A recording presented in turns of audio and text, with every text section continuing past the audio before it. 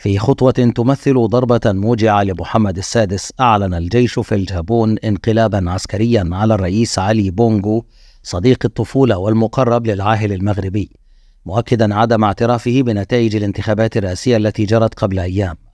وفي خطاب متلفز للشعب قال الجيش: لقد قمنا بإنهاء النظام في كل مكان من الجابون، وسيطرتنا على الحدود محكمة. وأضاف أن من حكم الجابون حكومة غير مسؤولة ولم يراها أحد، وقد أدت إلى تدهور مستمر في التماسك الاجتماعي، وهو الأمر الذي قد يؤدي إلى الفوضى. وأكد ضباط الجيش الذين تلوا البيان إنهم يمثلون جميع قوات الأمن والدفاع في الدولة الواقعة في وسط إفريقيا.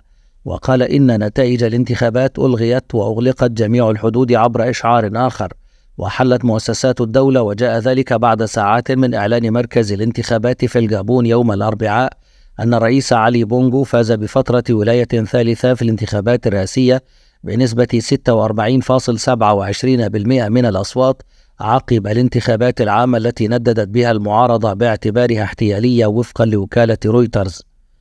وكانت الحكومة في الجابون قد أعلنت مساء السبت حظرا للتجول اعتبارا من الأحد، وعلقت استخدام الإنترنت للحؤول دون انتشار الدعوات إلى التظاهر، وذلك بالتزامن مع إغلاق مراكز الاقتراع في إطار انتخابات سعى من خلالها الرئيس علي بونغو أونديمبا للفوز بولاية ثالثة وسط اتهامات المعارضة له بالتزوير.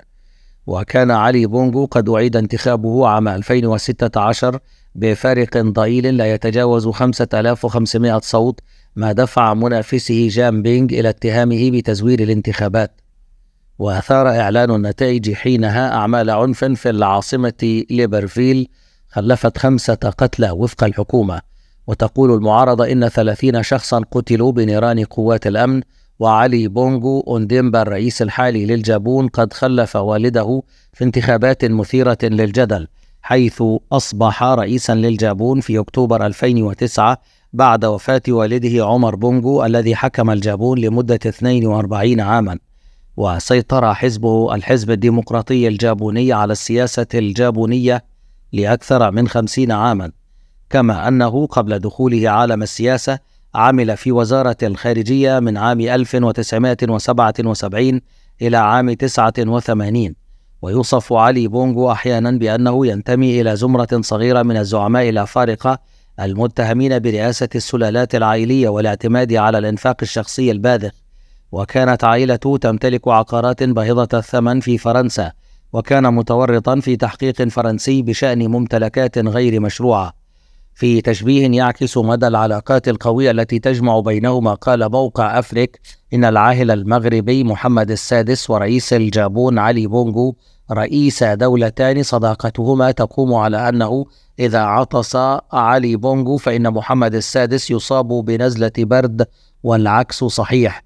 وأوضح أن قصة طويلة جدا تجمع بين علي بونغو ومحمد السادس، مشيرا إلى أن العلاقة بين الرجلين تم تأسيسها حينما كانا لا يزالان طالبين، وهي العلاقة التي لم تنقطع منذ ذلك الحين، سواء في أحسن الأحوال أو في أسوأ الأوقات.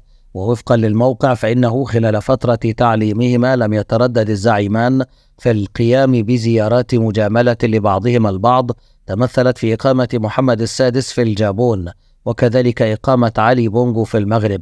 كما لفت الموقع إلى أنه بعد قرابة شهر في الرياض إثر إصابته بسكتة دماغية عام 2018 دون أن تتحسن حالته، اتخذ محمد السادس خطوات للترحيب بصديقه في المغرب، حيث يتمكن من مواصلة إعادة تأهيله هناك، حيث كانت حالته الصحية في ذلك الوقت مقلقة للغاية.